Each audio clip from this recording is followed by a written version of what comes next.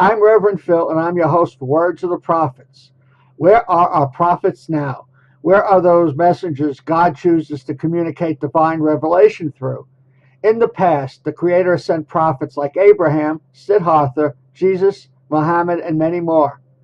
Maybe our higher power has switched tactics since we reinterpret God's words as soon as the Creator's prophets leave us. Could it be that Spirit talks to each one of us individually and we haven't learned to listen? On Words of the Prophets, our modern prophets show us how to find the internal prophet that is the I Am, and we discuss the application of spiritual principles in all aspects of our lives. Love and light, everybody. I'm Reverend Phil, and I'm your host for Words of the Prophets. Today my guest is Meir Ben Moshe, who is a Torah Chacham Rebbe. Did I do that right? Chacham. Chacham. Chacham. My voice isn't working today. Welcome. It's okay. Today's prophetic topic is Return to the Light and Serve the Holy One. This topic comes from the book The Work of the Kabbalist, written by Zev Ben Shimon Halevi. The paragraph which contains the topic reads as follows. According to tradition, each being calls out, I am that I am, as it comes forth into and departs from existence. Between those two instances of self-realization lies the long loop of destiny. Some beings shorten their time out of a total union with the divine by working consciously upon themselves.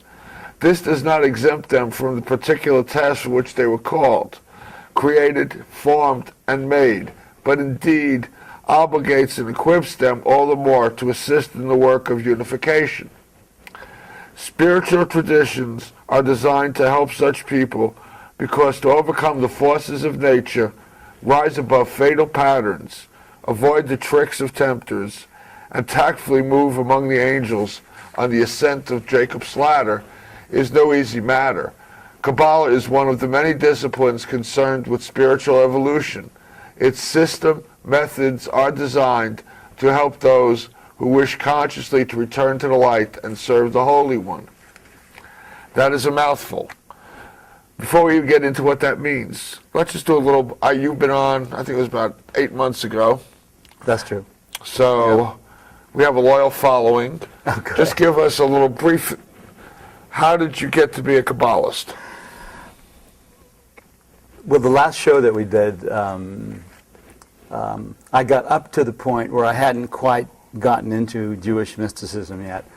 And I had been studying with Yehudis Fishman, better known as Yentl, alive and well, living in Santa Fe, who now lives in Boulder, Colorado. And when I went to see Yehudis, I made a very strong point of telling her that I wanted to know about Kabbalah. And what she said to me was, it's really important to know Torah before you can get into all the mystical aspects of it. So I said to her, well, let's just go along and do what we can do and play with this as the best that we can. So for the next 10 years, I sat with Yehudis Fishman, and I got the Lubavitch take on Torah, which is the ultra-Orthodox group. The Hasidic. The Chassid, yes. Yeah. The Chassid, the ones that come down from some of the rabbis that were part of that path. And so, and she turned out to be a favorite of the Lubavitcher Rebbe, who's in New York.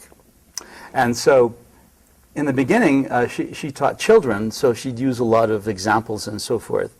And whenever she could, we'd interject Kabbalah. In the meantime, as the last program we did, I had been hanging out with these sannyasins here in town. And many of them were Jewish and didn't like organized religion. And of them, there was one gentleman who was here in town, his name is Puro, and he started telling me about Kabbalah. And I went, really? So I got very, very interested and very excited. So that was the beginning of my interest. And then Rabbi Jonathan Omerman came to town, And Jonathan Omerman turns out to be the foremost modern-day Kabbalist. I had no clue. All I know was this man had an energy about him that I had never felt before. And so at the time, I was commuting between Santa Fe and Los Angeles for my professional career. And so when I did that, I just started sitting with Rabbi Omerman in Los Angeles, in between mixed with the Yoga Center in Venice, California, the Shivananda Vedanta Yoga Center. So I was riding both sides of the stream, and before you know it, I had to take a Jewish meditation course from him before I could actually start studying Kabbalah. Before that, I'd already had a meditation course, meditation practice. How does the Jewish meditation vary from the Vedanta Hindu meditation? Well, it also varies from transcendental meditation. Okay. It's a mixture. It's a mixture. The beginning of Jewish meditation doesn't have the repetition that the Vedanta meditation has. So the Vedanta meditation is you have an over and over repetition of something that you say to yourself over and over and over. A mantra or a chant. It is a mantra. We didn't want to call it a mantra. So what Jonathan did was he put into it Jewish stuff, Hebrew stuff. So what we would do is Jewish meditation starts with a chant and a head movement. And the chant has one of the prayers that is in the Friday night service for the beginning of Shabbos. And then once we got past the chant, which was orally spoken, and the head movement then went with it, we then got into the breathing pattern. And from the end of the breathing pattern, once we got comfortable, then we started in with the Hebrew mantra. And the one that we used is called the Shema. And there was a regular breathing pattern that went along with the verbalization of the Shema. The Shema is, Hear, O Israel, the Lord is God, the Lord is one. And that went over and over and over until we got to the place where we got very still and very quiet. And that's the place where people go off into that lofty space where you can't feel your feet on the ground anymore, mm-hmm. and you feel like you're in this white cloud. Well, it took a while for me to get there, but so the difference between the various types of meditation is basically technique. Always. I was just curious what the technique was. Yeah, and it works really well. And I found myself, before I went to bed, I would meditate. And I'd get into this lofty space. And I'd climb into bed. And all of a sudden, this Shema mantra would come back in my head. And I'd drift off into that cloudy space with God is one kind of thing. So it was a really wonderful experience for me. I want to try to clarify this for the audience, just to tell me if I'm describing it accurately. It comes to a place where you're no longer Rebbe recognizing you're meditating. You're just meditating, and you lose that connection, like you said, with your whole being. You sit in that white, lofty, cloudy place with the divine, in absolute stillness, in a sitting position. The position, I could never get into full lotus, so I was always in half lotus. And it allowed me to sit up straight, and I would have the hand position correctly on my knees or in my lap, and my back would be straight and my head would be balanced between my shoulders. And I could keep that for a long time. I would be there at least 40 minutes and sometimes closer to an hour. So this was all getting you into the Kabbalah. What is the Kabbalah? Kabbalah is so many things. The internal work that goes along with Kabbalah is obviously meditation. And the question was once put to me, so what's the difference between meditating and praying? And it turns out that praying is about transmission and reception, whereas meditation is all about reception. So the reception of I am that I am, the reception of sitting with the divine, receiving that energy is part of how one practices Kabbalah. So let me try to put this in clearer terms for people watching. We can either ascend or we can descend. Right. So prayer is a descension, not for the individual, but bringing God down to us. That's right. Meditation is the ascension where we go up to God. That's exactly right. Okay. That's exactly what happens. And through sitting with the sannyasins and with sitting with Gangaji, there were a lot of principles that I looked at that I realized that could be incorporated into my Kabbalistic practice. And so, Rabbi Sear in Los Angeles, who was teaching at one of the yeshivas to train rabbis, we would sit on Wednesday night and talk. And it became very clear to me through his teachings that Judaism is about creation, and creation is about oneness. And creation, then, is a point where something started from nothingness. So before creation, this came to me, by the way, in the middle of the night, and I got up and wrote it all down. It wasn't something somebody told me. Before creation, there was no thingness or nothingness, and only oneness. After the act of creation, then we were given the world of duality. And in this world of duality, we were given free choice to choose the oneness. So in that space of meditation, we chose to be with the oneness of our creation in itself. There is a path in Judaism called the Musar path. And when I took mashgiach training, spiritual guide training, spiritual director training, I got to be rather good friends with Alan Moranis, who wrote the book Climbing Jacob's Ladder.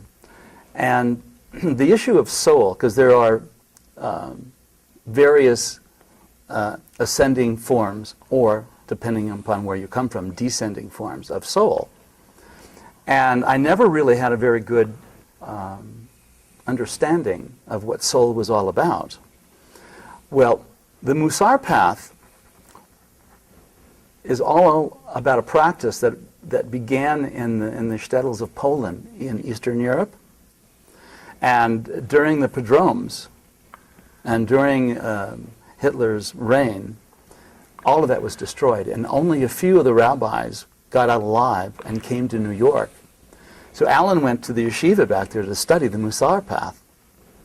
And lo and behold, it turns out that studying the Musar path is almost like doing karma and dharma. So, are you saying that, in your experience, basically all paths are like very similar, with just different that was our languages? last show, Phil. I know, but I mean, Yes. It's coming out again. That's right. Uniformity through diversity.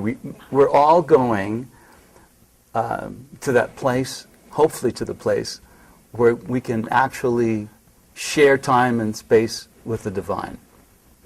Yeah.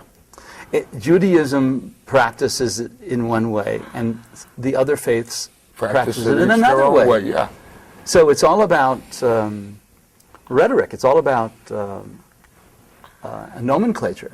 It's how you label it as to how you do it.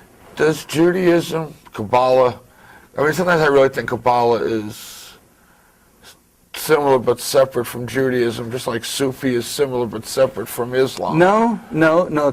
Kabbalah, or Kabbalah, as I put it, because I've been to Bethlehem or Bethlehem, however you want to pronounce it.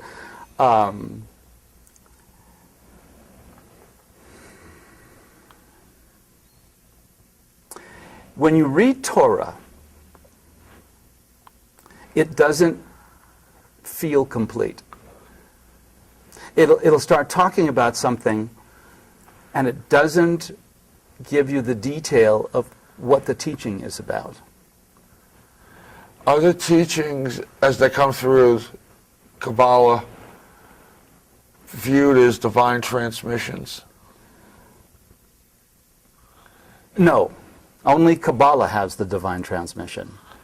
So When you read Torah, see, there's 4 different levels of teaching in Torah. So to get the mystical teachings requires sitting with a teacher who has the experience and who has had teachers who have been able to transmit those divine teachings to his student, who then transmits it to his students. And that's called the oral tradition. In Judaism, the written Torah is the book, the Holy Bible, the Old first Testament. 5 books of Moses. Yeah, the first 5 books of Moses. But then to explain what some of those teachings are like, one goes to Talmud. Now, Talmud is the oral Torah. And what Talmud does is it gives modern day flexibility to a holy book like Torah, which is cast in stone. So Torah is very, very rigid, but Talmud then explains what everything means. And in Talmud, there's the Mishnah and the Gemara. So one explains it, and then the other one explains it. So it's still muddy, and it still needs a teacher. So one is an explanation, and the other one's an explanation of the explanation. Right, okay. right. Is there a practice in Judaism that resembles the Hindu self-realization process? The self-realization process is acquired by ascending the tree, and then coming back down, descending the tree. So it's not exactly the same, but it's similar. So will they lock themselves in a dark room until the process is done? No. Okay. No. It happens from the time one is born. So it's a life path instead of a path. Yes, and the teaching is that birth is a beginning, life is the journey, and death is a destination. And Torah is studied, it's supposed to be studied 7 days a week, but most of us don't do that unless you're ultra-Orthodox. And so we start with Bereshis, or the beginning. And then every week, there's a new chapter to study and to read. And when you get to the end of Torah, it starts over. And what's really interesting is the last letter in Torah is a lamed, or an L. And the first letter of Torah is a lev. And it is a vav, or not a vav, but a beis, which can either be a B sound or a V sound. But when you put the L with the V, you get the Hebrew word for heart. So the end of Torah and the beginning of Torah is connected through heart. And what's really interesting is that there's a passage in Torah that talks about you will circumcise the foreskin of your heart. And what they're talking about is studying Torah. But you don't know that unless you study with a Kabbalist. So there's a whole lot of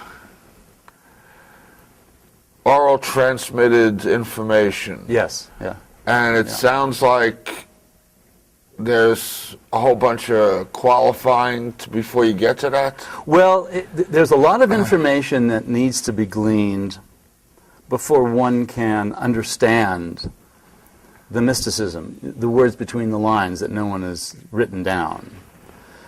And then learning the language of Kabbalah and learning the principles takes a long time. And it's not something one can sit down and just memorize, although people have done it. The problem with that is that one can cram all that information into one's head, but as you know, suddenly when one starts into the world of spirituality and there's this aha moment, but with time, suddenly the aha moments go, oh, I thought I understood that, but I really only touched the surface of it. And it's a continuous process. It's not something that you start with and you get and then you just repeat it and repeat it. It's a constant source of information whose wisdom and understanding evolve to a higher and higher place. Are there designated levels? There are. Okay. How many? There are 4 levels, and the 5th one is above the highest place. This is a good place to do this. This is the earthly plane. Before you even do that, what are we showing the audience? These are the spherotes, or the vessels, that went into theological creation. There is a veil that goes across here, and this is the spherote, or the vessel of harmony. So everything above this line is the heavenly realm, and everything below this is the earthly plane. So the middle is the overlap. Excuse me? The middle is the overlap. It can be, yes. Okay. It can be. And what's interesting about all of that is this is the space of the divine, our Creator. It's called Keter, or crown. And the crown is where the divine Ein Sof resides. It's where that place of our Creator resides. Above that is the void space, the absolute space. It's the space of nothingness. It's where it all started. So out of nothingness comes the divine. First, yes, that's true. It began with nothingness, but the nothingness is really oneness, and the oneness is the divine. So does Kabbalah teach why this happened? Yes. You Yes. want to share it? I'll try. Okay. I'll try. I mean, I don't want to start. No, I'm going to keep it simple. have sacred knowledge. Sorry, No, it's not that sacred. Okay. It's just not so easy to understand. So, in that void, in that oneness, was absolute will. And the will was part of Adam Kadmon. So Adam Kadmon isn't part of the tree yet. It's like stem cell research. The stem cell can differentiate into anything. And that's what happens in this other space. And as we descend the tree, or as we ascend the tree, if we start at the top and descend, in English, there is, let me see, I wrote this down someplace to make sure I get it right. And this is the tree of life. This is the tree of life, yes. Representation of it. That's right. Yes. And the 4 worlds of creation. Which are? The highest world is called will, which we talked about. Yeah. Okay. Then there's the world of the mind. There's the world of thought. There's the world of speech, and the world of action. Okay. So they're sequenced. Yes. Okay. From highest to lowest. So, and the way I used to remember it is First it was thought, then it was heard, then it was seen, and as it was named, it became. So that's the easiest way for me to remember it. So that's the descension. That's right.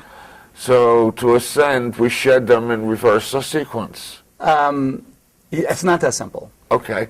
It's not that simple. But that's a nice way of looking at it, a good way of looking at it. So what happens is that there is this emanation of light.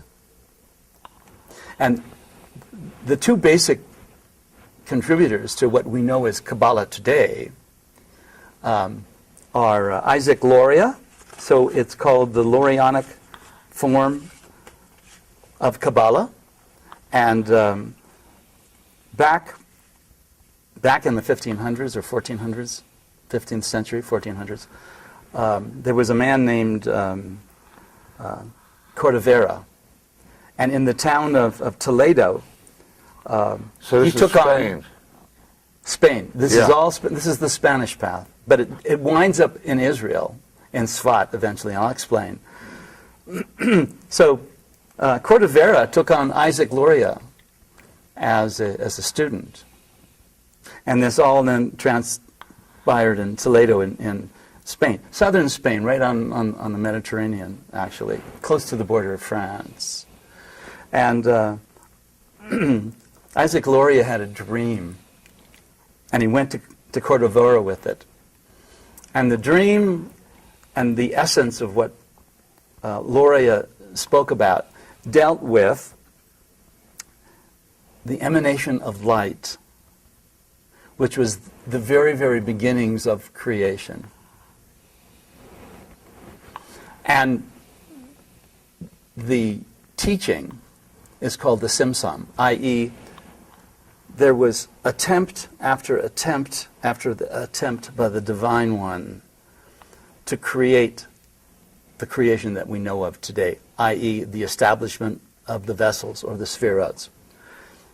So the lower spheroids are the spheroids that have the attributes that went into the manifestations of life as we know it today. So that's the lower world, below this place of harmony. And then... why do we need a place of harmony? That's just that place where the veil is. That's the spheroid of Tiferet, which is the spheroid of harmony. And it's the balance point between loving kindness and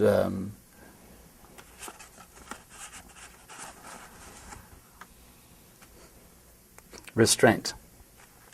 So those are the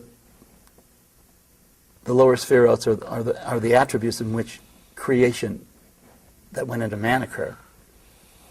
Okay, so getting back to the other form of Kabbalah, which is Nachmanides, he believed that it wasn't about the destruction of the vessels or that the light was responsible for creation. He felt that the divine created the vessels, and that these vessels then individually were all about the perfection that occurred with the creation by the light. So Nachmanides believed in the balance between things that occur in the world of duality. Luria said, no, it's all about holy sparks, and it all occurred because of the light, and when the light was too strong, all the vessels exploded. So in today's world, we have these two pathways. Now, the Inquisition then came along, and both Isaac Luria and Nachmanides, or the Ramban, they had to flee. And they fled to Israel, and first to Jerusalem, and then to Sfat. So today, the center of Kabbalistic thought and teaching is in Sfat. So are you saying that there's no Kabbalic history prior to the 1400s? Well, there were other teachers But it wasn't until Isaac Luria and Nachmanides came along that Kabbalah became the choice of study. And then, there's two kinds of Jews. There's the Ashkenazi and there's the Sephardic. The Ashkenazi started looking at Talmud to explain some of Isaac Luria's teachings. So it became the path of choice. And it became very complicated, and it became very redundant, and the amount of information that one had to learn sort of interfered with one's ability to sit with the divine. Whereas Nachmanides did the very other thing. And that's why I mentioned the Musar path, because the Musar path actually follows the teachings of Nachmanides, but they don't call it Kabbalah. And what they do, how they feel, is that our existence in this world is about the balance between opposites. So there's good and there's evil, there's love and there's hate. And in that spectrum, by going from one place to the other place in the world of duality, all you feel is chaos. But by feeling the balance between those 2 points, and the way in which one feels those points is by doing something called a mitzvah. Now, not a mitzvot, but a mitzvah. Acts of kindness. So when one does... of service. That's right, to your fellow man. Okay. So, and in the process of doing that then, if you start at the bottom of the tree, the lowest level of... and you go to those 4 worlds of creation, and you start at the bottom, the lowest world of soul is called nefesh. And the next level of soul is called ruach. And the next level of soul is called neshama. And then you go to chaya and yechida. And the difference between each level of soul, regardless of what you want to call it, is about the clarity of light that one accomplishes by doing this mitzvah. So the more service we perform, Acts of kindness. then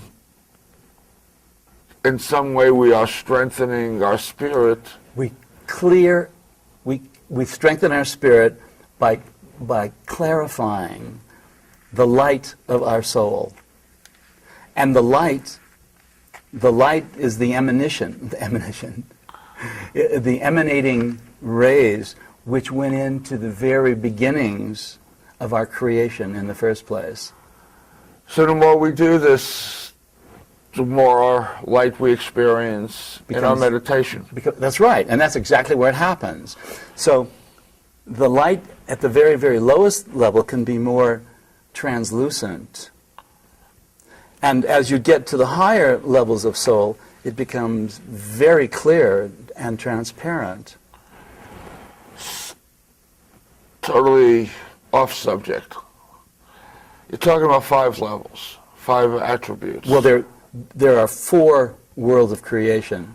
But the 5th one is Adam Kadmon. That was already, that's like stem cell stuff. Well, I guess what I'm asking is, initially, and still in some schools of Vedic thought, there are 5 chakras, not 7. Are we talking the same thing? It depends on the school you go to, yes. Yes.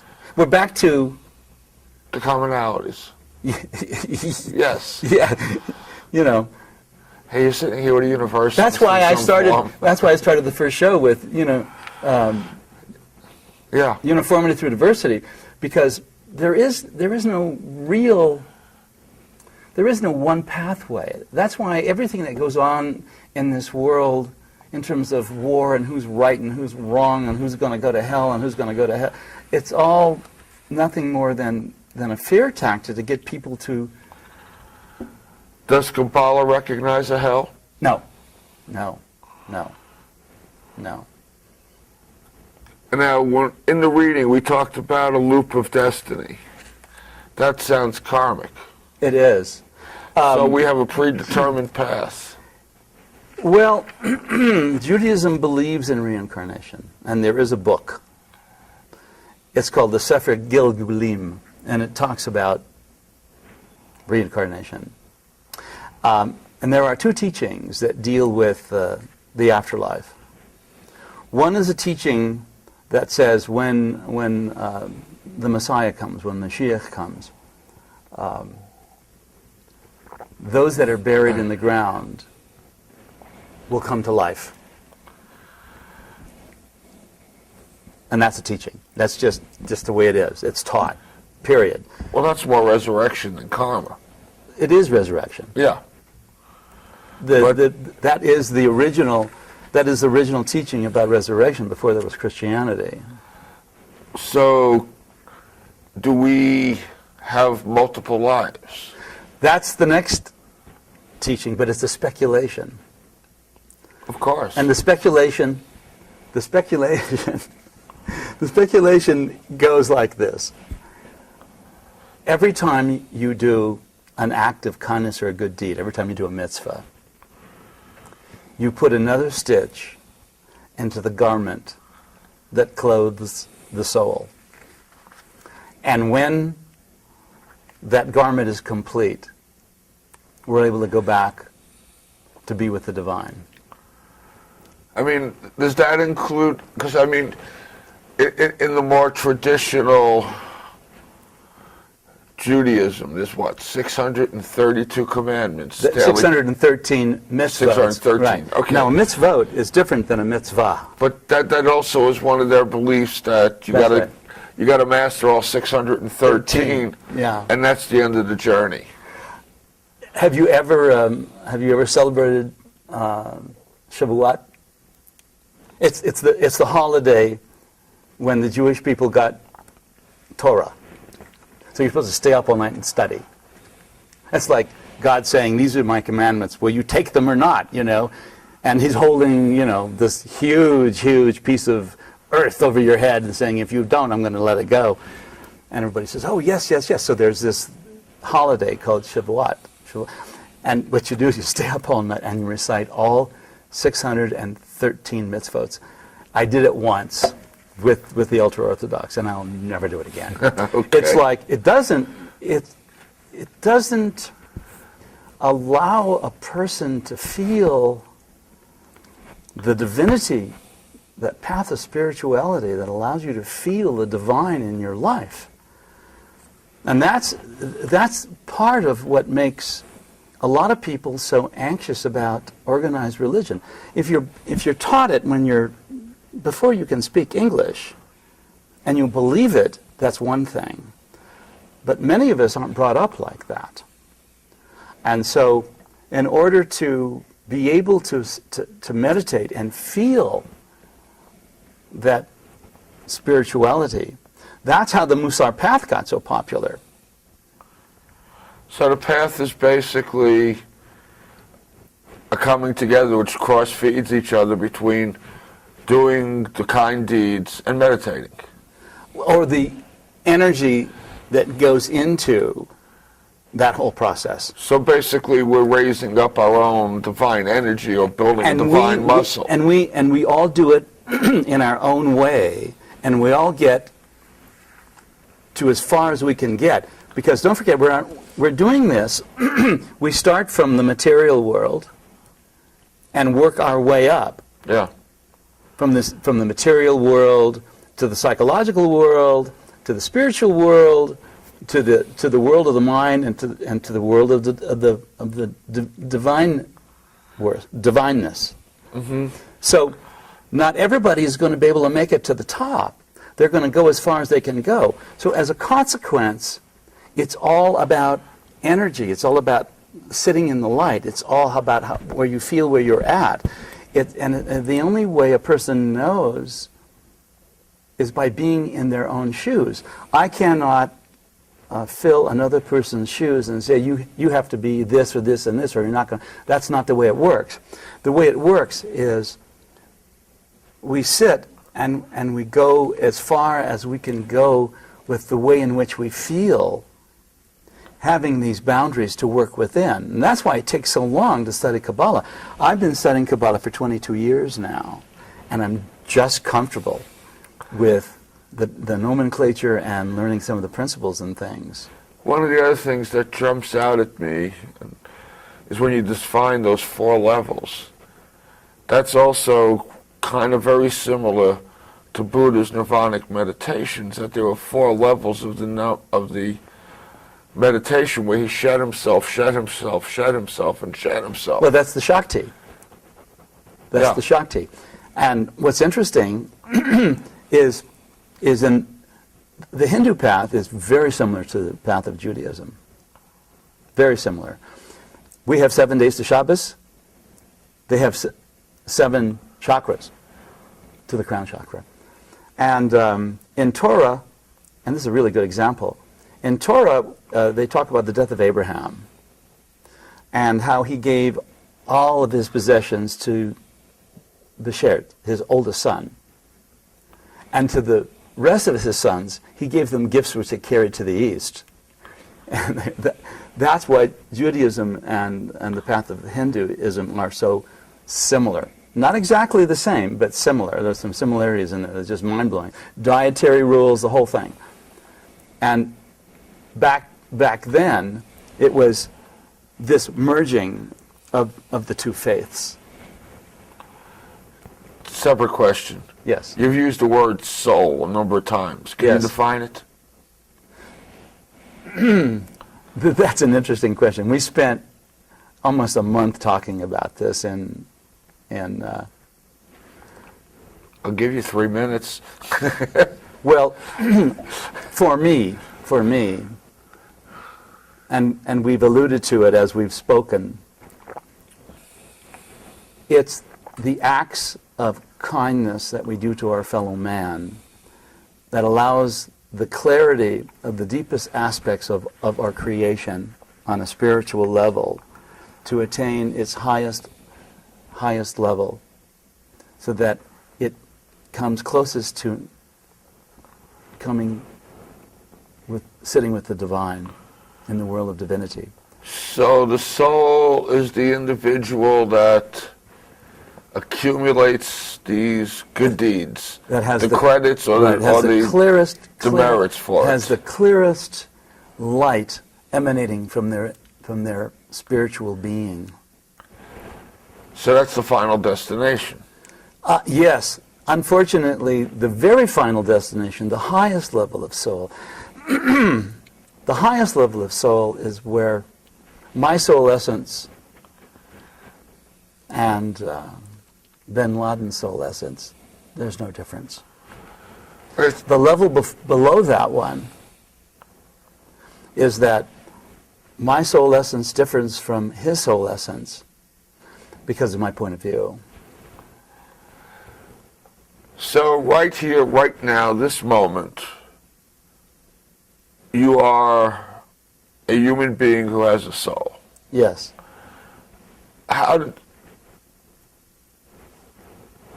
Do you go in and out of connecting to it, or are you trying to strive to get it? No, I do. This is what's interesting. It's not it's not an all or none thing. So the soul is a higher level of being. Yes, it's a spiritual aspect of our creation. So it's like having a parent and the child is responsible for certain behaviors to make the parent please the parent. So No. No. It's not. That's a bad example. No, it's a bad example, totally, because that limits you to the material world when you do that. It limits you to the world of action, i.e., food, shelter, clothing, reproduction, that kind of thing. How about prayer? Prayer in action? Prayer is an action. It is an action. It's absolutely an action, and it's what it's what Jacob gave us, Isaac's son. So you have a soul. Let's go back to this. Okay. Because I'm trying to put it in context so that that people can understand. And I'm going to have to break in a few minutes to do some announcements. I want to come back and tie this all together if we can. what is the relationship between you as a physical being right here, right now, and your soul? It's the amount of emanation that I can connect with as a consequence of my divine creation that was given to me by the Creator. So you have a It's channel. something you feel. It's something you feel. Yeah. So you have a channel that connects to your soul, from That's- your physical to the soul. That's right. And every good deed you do opens that channel a little bit wider. That's right. And the more you open it, the more the flow goes. It's called the chariot. Okay. The chariot. The chariot goes from the world of physicality, of creation, to the world of divinity. So, in the material world, we have the Shekhinah, which is the divine presence, who resides in the material world. And in the highest world, and in the Sefirot of Keter, which is the crown, that's the place of ultimate light.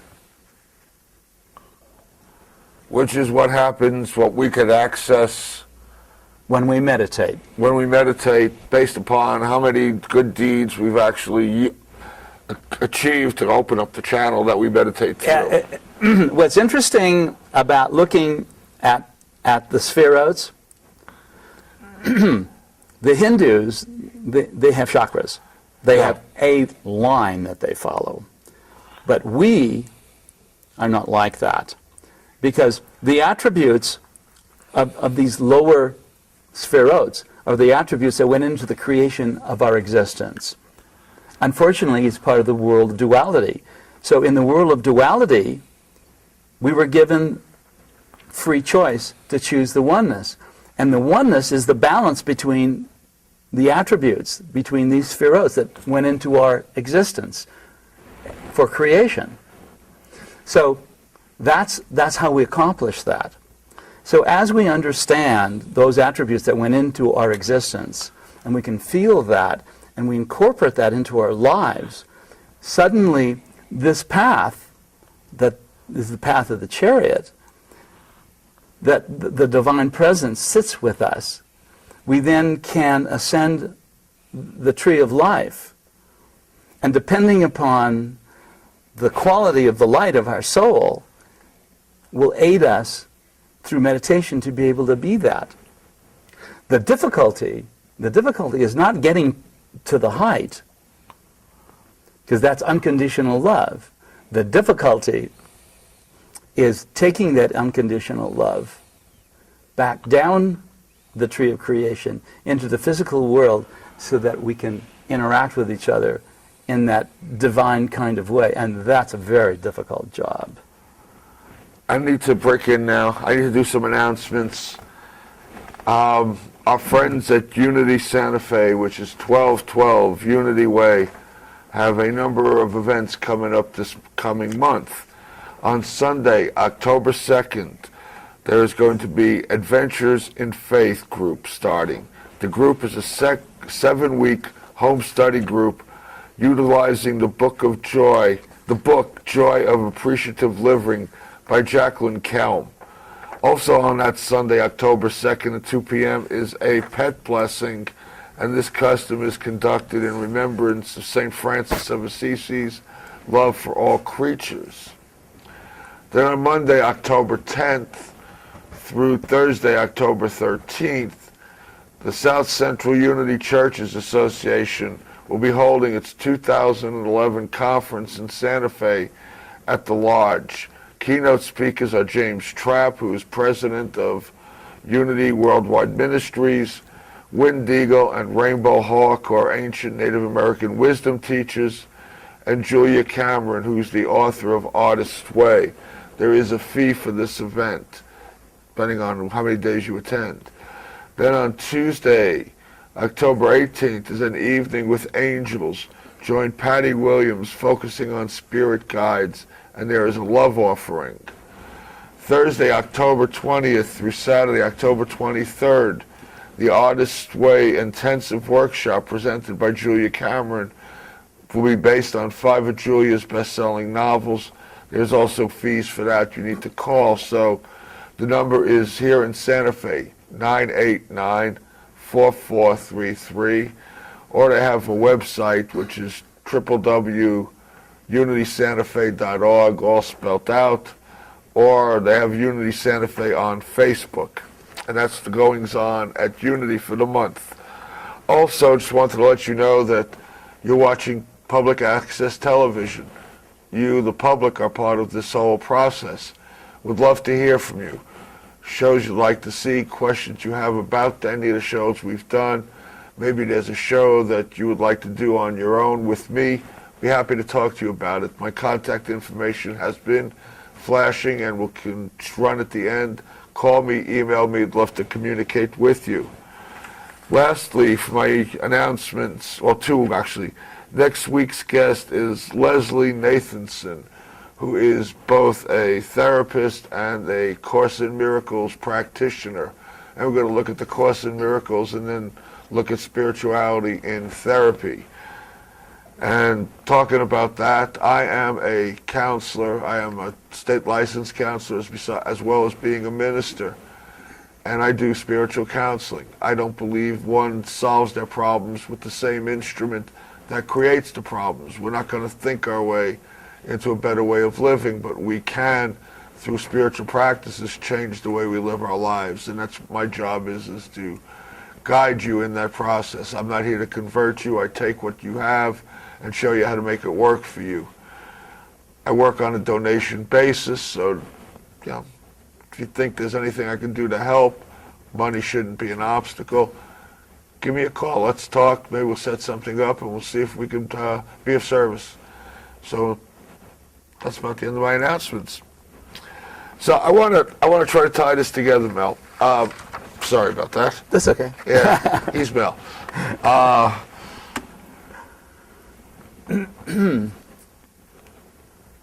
People watching, they want to start a practice. 1, do they have to be Jewish to start a practice? No. Okay. So you could study the text, you could study the Torah, you could study the Talmud, you could study the various books without being Jewish. Right. So this is a practice that is like so many other practices. It'll fit in with any other religion. It's meditation and good deeds. That's right. But if you talk to the more Orthodox, the more ultra-Orthodox, they won't agree with us. I personally felt so comfortable studying Kabbalah with my facilitator, with my teacher. And there are only, I think, about 20% Jewish. It really does help to have a background in Hebrew and in Torah, but you don't need to, because everything has a translated English name. The principles and the teachings are the same. But it's a commitment. And in the beginning, it's difficult. I mean, any spiritual practice is a commitment, and any spiritual practice but it's really at the beginning is difficult. Yeah, but with Kabbalah, it's like, what did he just say? That kind of. You and I are talk about this stuff on a level so we don't snow everybody, so they can feel something, they can get an understanding of it on their level. But when you jump into a Kabbalah class or a study group, it's really esoteric. So it's hard to get started. It's hard to see the light at the end of the tunnel. But after a while, suddenly it starts to make sense. But it is a lifelong commitment. Well, I mean, I wasn't trying to be, cute or anything, but it was just, to study the Vedas and the Upanishads is not easy. To study any of the texts are not easy, especially when you first start. Yes. Edgar Casey's Search for God course. Right. Not easy. No. the more you do it, the easier it becomes, the more proficient you become, the more you grow with it. One acquires the wisdom Yes. and the understanding, and then knowledge becomes the channel through the divine. So this is really... That's right here. It's wisdom, understanding, and the one that's missing is called knowledge, and the divine is up here. Same principle. So basically, this is just applicable to anybody who's watching. That's right. All they got to do is be willing to do the work. That's right. And find the right teacher. I believe that once somebody surrenders and says, I want to do the work, they always find the right Well, teacher. sometimes it's not the right teacher, and it becomes discouraging because it becomes complicated because it's not simple. It needs to be presented in the simplest way because it's difficult enough to understand. Okay. Suddenly there's nobody there that you can see, that you can reach out for, who's going to promise you everything. It's all about how you feel, not what you see. Yeah. And that's what's in Kabbalah. So it depends on who the teacher is, and it depends on whether you're going to go to a Hasidic Lubavitcher to get that information.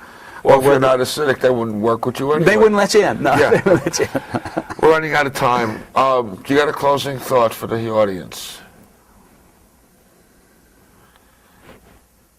I should make one up. Go for it.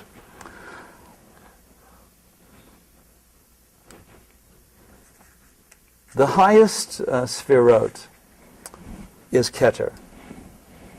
And Keter is I am that I am.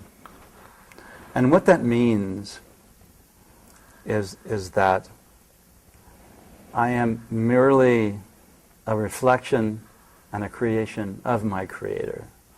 And so the more beautiful we make ourselves, the more loving we make ourselves, the more understanding and the wiser we make ourselves, the closer we come to the divine. Beautiful. Mel, I did it again. Thank you so much for being here. My pleasure. And we'll do the rest of this stuff a little bit down the road. All right. I want to thank you all for tuning in. I want to leave you with a thought to jump on what Rebbe just said here. Your job as a spiritual being is to act as if God was supposed to show up, couldn't make it, and asked you to take its place. You're here to demonstrate your spirituality. You're here to give it away, and that's how you let it keep it, and that's how you get to grow it. So until next week, try changing things and see what happens. Thank you all for tuning in. Blessings to you all. Baruch Hashem. I'm Reverend Phil, and I've been your host for Words of the Prophets. Thank you for tuning in. Please join me again next week, same time, same channel, for more Words of the Prophets.